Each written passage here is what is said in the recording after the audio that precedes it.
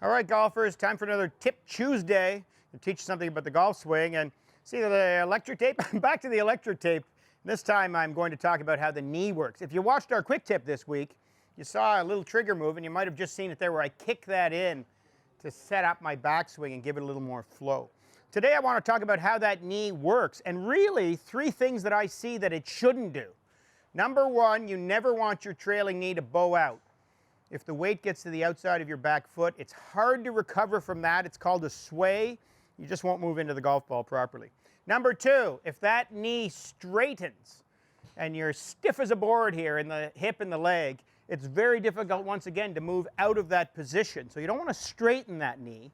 And then the third problem, sometimes I tell people not to sway or straighten, and I get this: they don't move at all. They don't coil or wind up or load, and that's a problem too.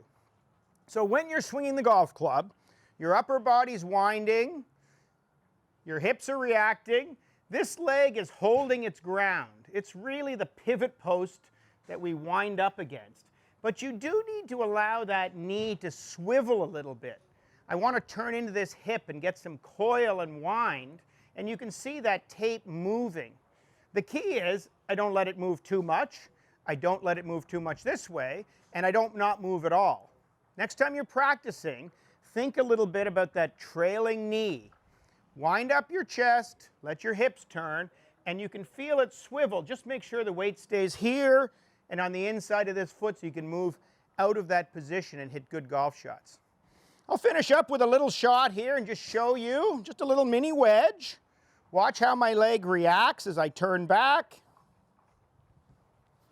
But I keep the weight on the inside so I can move out through it and get a great impact position.